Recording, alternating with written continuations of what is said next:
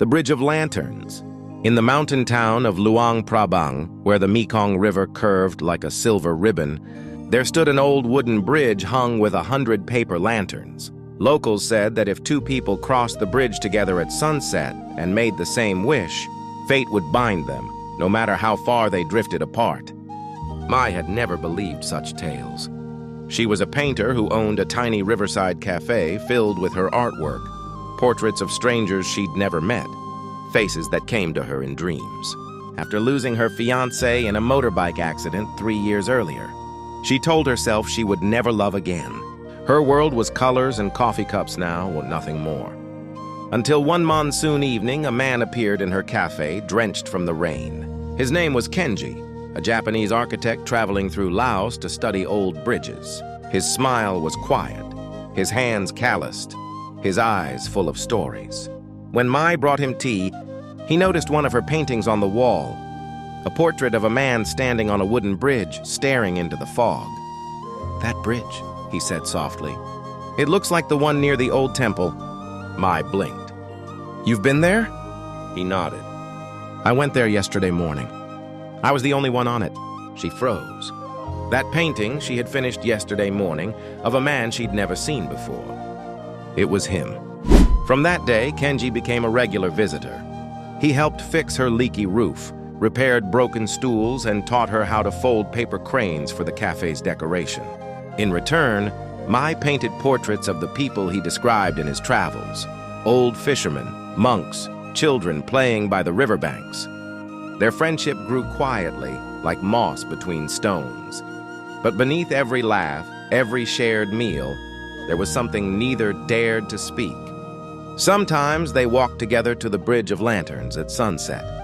Mai would watch the orange sky ripple across the river, and Kenji would tell her legends from his homeland, of lovers separated by storms, of bridges that connected dreams. One evening, as the lanterns began to glow, Kenji said softly, "I leave in 3 weeks.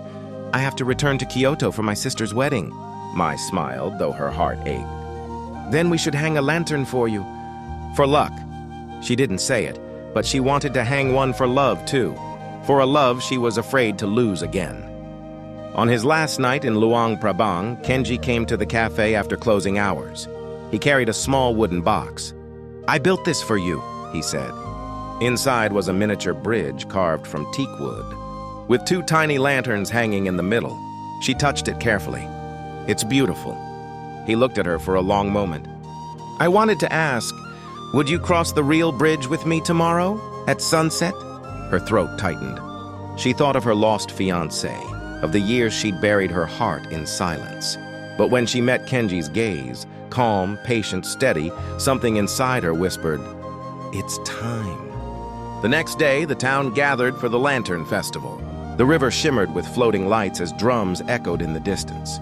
Mai met Kenji at the start of the bridge. The sun dipped low, setting the lanterns aflame with gold. They walked together, their footsteps slow, the air sweet with jasmine smoke. Halfway across, Kenji stopped and said, "Close your eyes. Make a wish." Mai hesitated, then whispered, "I wish to stop being afraid of love." When she opened her eyes, he smiled. "Then I'll make the same wish." At that moment, a soft wind blew, and one lantern above them broke free, rising higher and higher until it vanished into the clouds. People watching from the banks clapped, believing it was good luck. But for Mai and Kenji, it felt like the world itself had given them a blessing. Kenji left the next morning, promising to return in spring.